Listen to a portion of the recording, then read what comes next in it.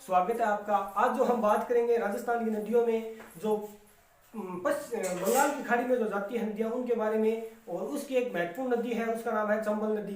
तो हम बात करेंगे चंबल नदी के बारे में। नदी का नाम है चंबल नदी।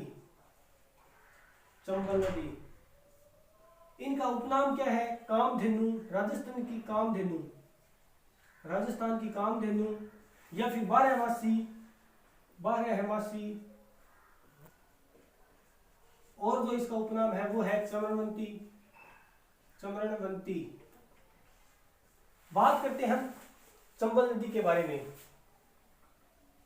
तो चंबल नदी का जो बात करें तो मान लीजिए इस तरह से हमारा राजस्थान है, और राजस्थान के यहाँ पड़ता है एक जिला, एक स्टेट है, एक राज्य है, उसका नाम है एमपी।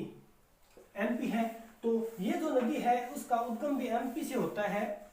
ये मान लीजिए अपना राजस्थान है यहाँ पर, और ये है एमपी, यहाँ पर एमपी, एमपी है मध्य प्रदेश। और एमपी का एक, एमपी की पर्वत श्रेणी विंध्याचल पर्वत श्रेणी, और उसकी एक पहाड़ी है जनापाव की पहाड़ी, जनापाव की पहाड़ी, पहाड़ी।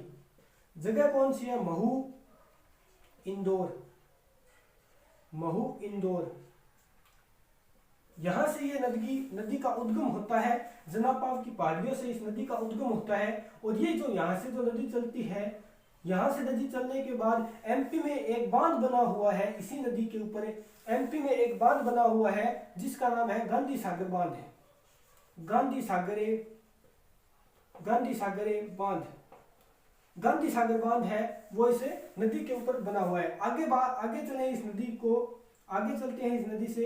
तो आगे ये जो नदी इंटर होती है राजस्थान में, जहां से ये नदी इंटर होगी वो जिला होगा चित्तौड़गढ़। यहाँ चित्तौड़गढ़ जिला है, आधा जिला यहाँ है, आधा जिला है, दो खंड है, दो भागों में बटा हुआ है ये जिला, आधा इधर है और आधा इधर है। तो यहाँ से जो ये कटा हुआ वाला भाग है, यहाँ से ये नदी इंटर होती है, और इस जगह का जो जहां पर जो इंटर होती है इस जगह का नाम है चौरासीगढ़, चौरासीगढ़। राजस्थान में चित्तौड़गढ़ में एक जगह है चौरासीगढ़, चित्तौड़गढ़ में चौरासीगढ़ में ये नदी इंटर होती है। यहाँ जो इंटर होती है उस जगह का नाम है चौरासीगढ़। थोड़ी दूर चलने के बाद में यहाँ से यहाँ पर एक नदी निकलती है, यहाँ से बामनी नदी, बामनी नदी, बामनी नदी निकलती है, बामनी नदी निकलती है। और ये बामनी नदी जहां मिलती है यहाँ पर एक गांव है, और इस गांव का नाम है चूलिया गांव, चूलिया गांव, चूलिया गांव है। और यहाँ पर ये चूलिया गांव में जलप्रपात बनाती है जिसका नाम है चूलिया जल प्रपात, चूलिया जल प्रपात, चूलिया जल प्रपात। यहाँ पर जलप्रपात बनाती है। आगे यहाँ से चले तो यहाँ पर ये जो नदी है, आगे थोड़ी सी दूर चलने के बाद में यहाँ चित्तौड़गढ़ में एक बांध है, और इस बांध का जो नाम है वो है राणा प्रताप सागर बांध, राणा प्रताप सागरे, सागरे बांध है, राणा प्रताप सागर बांध है। यहाँ पर एक बांध बना हुआ है चित्तौड़गढ़ में जिसका नाम है राणा प्रताप सागर बांध, और ये बांध है चित्तौड़गढ़ में, चित्तौड़गढ़ में ये बांध बना हुआ है राणा प्रताप सागर बांध। आगे चले तो ये जो नदी है यहाँ से जाती है कोटा के अंदर। यहाँ जो जिला है उसका नाम है बूंदी, चित्तौड़गढ़ से निकलती है और बूंदी और कोटा की सीमा, बूंदी और कोटा की सीमा बनाती है। बूंदी और कोटा की सीमा बनाने के साथ साथ यहाँ पर एक, इस कोटा के अंदर एक बांध बना हुआ है जिसका नाम है जवाहर सागर बांध, जवाहर सागरे, जवाहर सागरे बांध, जवाहर सागर बांध है। और ये बांध जो बना हुआ है मुख्य रूप से कोटा के अंदर है, और थोड़ा सा जो इसका भाग है बूंदी के अंदर भी आता है, पर ये जो मुख्य रूप से माने तो ये कोटा के अंदर बना हुआ है, जवाहर सागर बांध बना हुआ है यहाँ पर। आगे जो हम चले इस यहाँ पर कोटा में एक और बांध बना हुआ है जिसका नाम है कोटा बैराज बांध, कोटा बैराज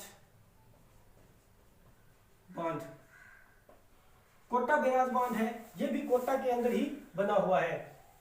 आगे चलते हैं तो यहाँ पर ये नदी कोटा से निकलती है, और यहाँ पर ये जो जिला आता है वो आता है सवाई माधोपुर, सवाई माधोपुर। और आगे जो जिला आता है वो आता है करौली, करौली जिला आता है। करौली जिले के बाद में यहाँ से ये धौलपुर आता है, धौलपुर, धौलपुर। और धौलपुर से निकलकर ये नदी यूपी के अंदर यमुना नदी के अंदर मिल जाती है। यहाँ पर नदी है यमुना नदी, यमुना नदी, और यमुना नदी में इस नदी का मिल जाती है। और आगे जो ये यमुना नदी है अपना पानी गंगा में डालते, गंगा और यमुना मिलके अपना जो पानी है वो बंगाल की खाड़ी में डाल देते हैं। इस तरह से ये जो है वो मुख्य रूप से चंबल नदी के बारे में रहा। ये जो नदी जो निकलती है ये जलापाव की पहाड़ी से, एमपी से निकलती हुई राजस्थान के 6 जिलों को से गुजरती हुई यमुना नदी में जाती है। इस तरह से ये अपनी चंबल नदी है। धन्यवाद।